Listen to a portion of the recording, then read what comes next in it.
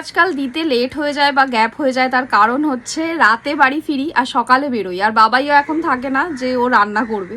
তো বাড়ি এলাম রাতে, এখনও খাইনি, 10টা বেজে গেছে। আমি এসে 7টা, সাড়ে 7টা, 8টার মধ্যে খেয়ে নিই। বাট কাল যেহেতু রান্না করিনি, তো আজকে রান্না করলাম, তারপরে খেতে বসলাম।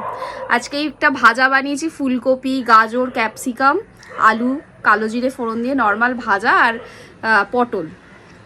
এটা দিয়ে এখন ভাত খাবো। আর ডাল রয়েছে, কালকে ডাল বানিয়েছিলাম, সেই ডালটা শুধু রয়েছে। আর কালকের জন্য সব রেডি করেছি, মানে রান্না করেছি, সেটা হচ্ছে এইটা বানিয়েছি কালকের জন্য। সমস্ত কফির ডাঁটা, মূলো, শিম, আলু, পটল, বরবটি দিয়ে সর্ষে বাটা দিয়ে একটা তরকারি বানিয়েছি।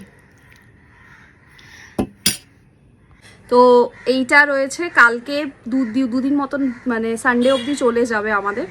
আর আলু ফুলকপির তরকারি বানিয়েছি, যেটা এখনো হচ্ছে, দেখাচ্ছি তোমাদের। তো এখন আমি ভাত খাই, ভাত টানছে পুরো, মনে হচ্ছে কখন ভাত খাবো। আমি কাল থেকে ভাত খাইনি, মানে সকাল থেকে কিছু, মানে সেরকম হেভি ফুড কিছু খাইনি।